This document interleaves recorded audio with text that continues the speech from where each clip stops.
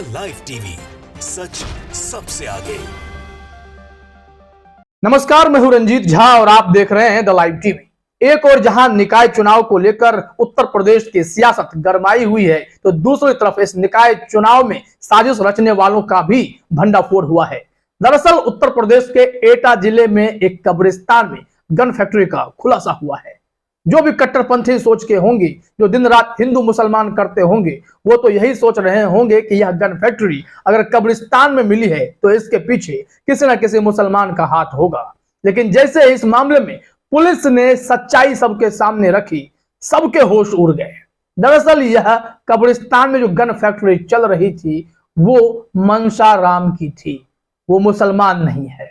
आखिर इतना बड़ा खेल कैसे हुआ था, इस संबंध में खबरें चलने लगी हैं कि निकाय चुनाव से ठीक पहले इस तरीके के गन फैक्ट्री का जब उद्भेदन होता है तो इसकी मंशा क्या होती है। क्या निकाय चुनाव में भी एक बड़े साजिश को अंजाम देने की तैयारी चल रही थी?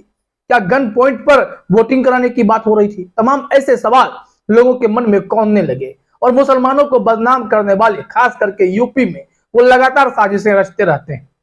जैसे कि आपने खबरें भी देखी होंगी कि कैसे गौरक्षा के नाम पर खुद हिंदू महासभा के लोग गौ मांस कटवा रहे थे और मुसलमानों को बदनाम करना चाहते थे।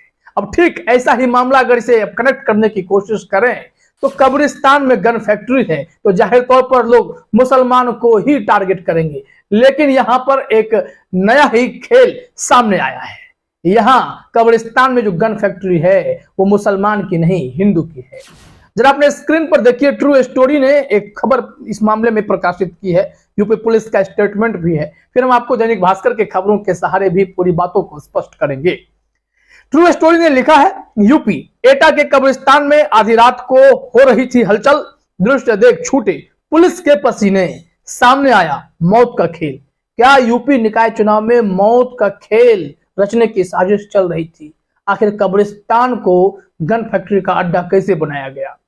इस संबंध में आगे जानकारी दी गई है कि एटा जिले के एक कब्रिस्तान में रात को हलचल रहती थी। पुलिस के इस बारे में जानकारी मिली। इसके बाद पुलिस और सर्विलांस टीम ने संयुक्त रूप से यहां छापामार कार्रवाई की। पुलिस की इस कार्रवाई में निकाय चुनाव से पहले मौत के सामान बनाने यानी हथियार या अवैध हथियार की फैक्ट्री का पर्दाफाश हुआ।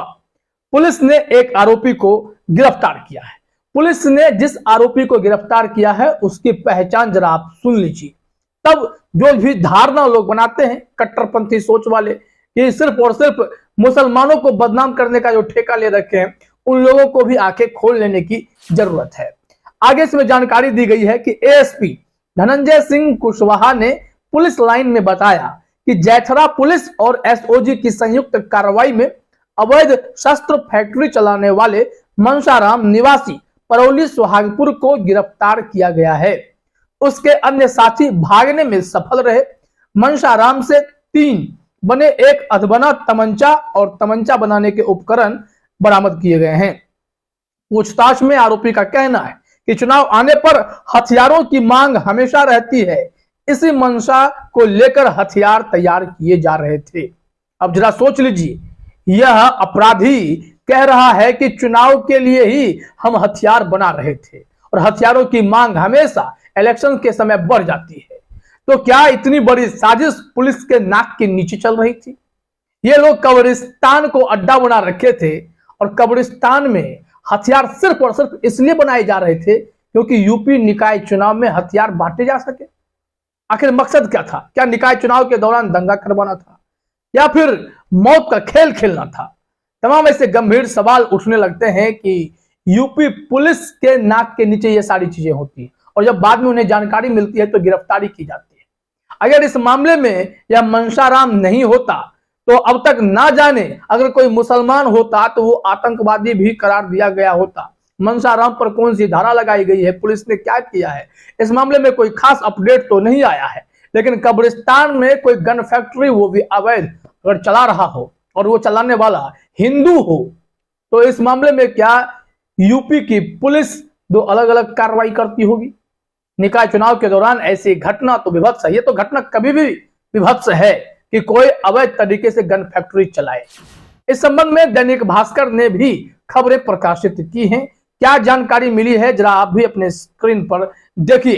दैनिक भास्कर ने अपने हेडलाइन में लिखा है कि चुनाव से पहले गन फैक्ट्री का खुलासा, एटा के जैथरा में बनाए जा रहे थे हथियार, उपकरण समेत एक हुआ गिरफ्तार। एक ही गिरफ्तार हुआ, बाकी भाग गया।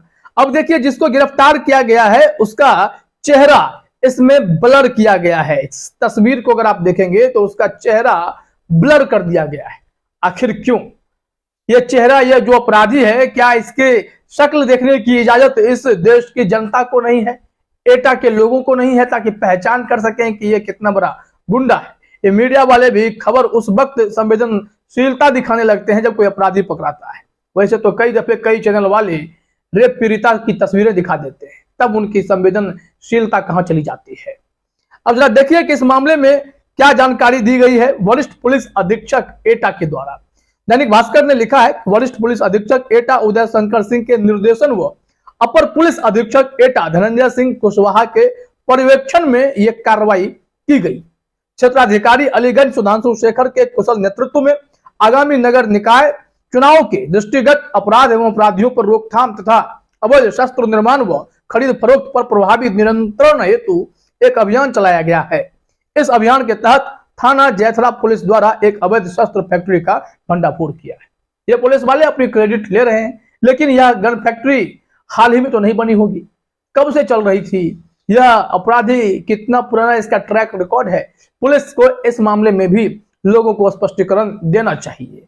अभी मुखबिर के तहत इन्हें सूचना मिली थी, जानकारी यह भी आई है।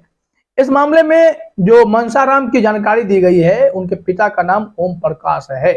देखिए अपने स्क्रीन पर जानकारी दी गई है कि पुलिस ने गुरुवार की सुबह करीब 8 बजे मुखबिर से सूचना मिली थी कि इसके बाद जैथरा पुलिस ने गांव परोली सुहागपुर के कब्रिस्तान में खाली पड़ी जगह से एक अभियुक्त को अवैध शस्त्र फैक्ट्री का संचालन करते हुए धर दबोचा। गिरफ्तार अभियुक्त के विरुद्ध थाना आर्म्स एक्ट के तहत मामला दर्ज किया गया है। गिरफ्तार की पहचान जैथरा एटा के सुहागपुर परोली निवासी ओम प्रकाश के पुत्र मनसाराम के रूप में हुई है। उसका आपराधिक इतिहास भी निकल कर सामने आया है, यानी उसका आपराधिक इतिहास है।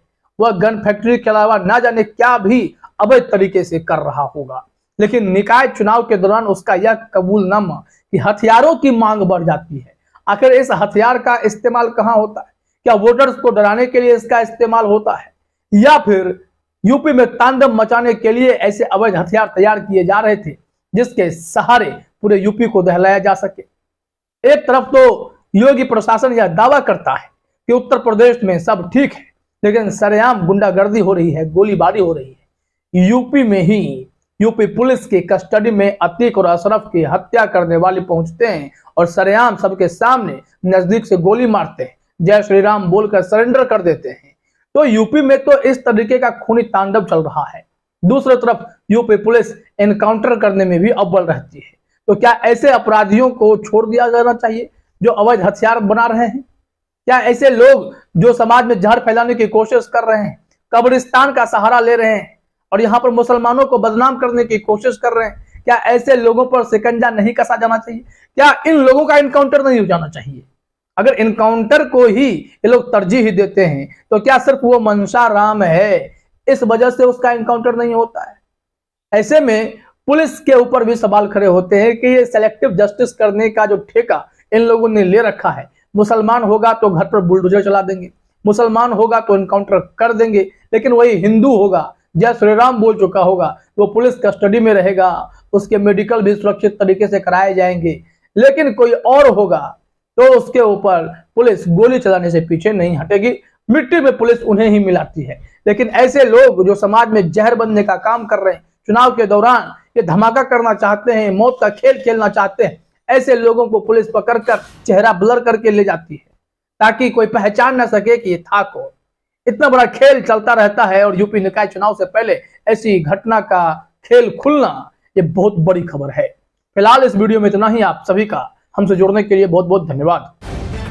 द लाइव टीवी, सच सबसे आगे।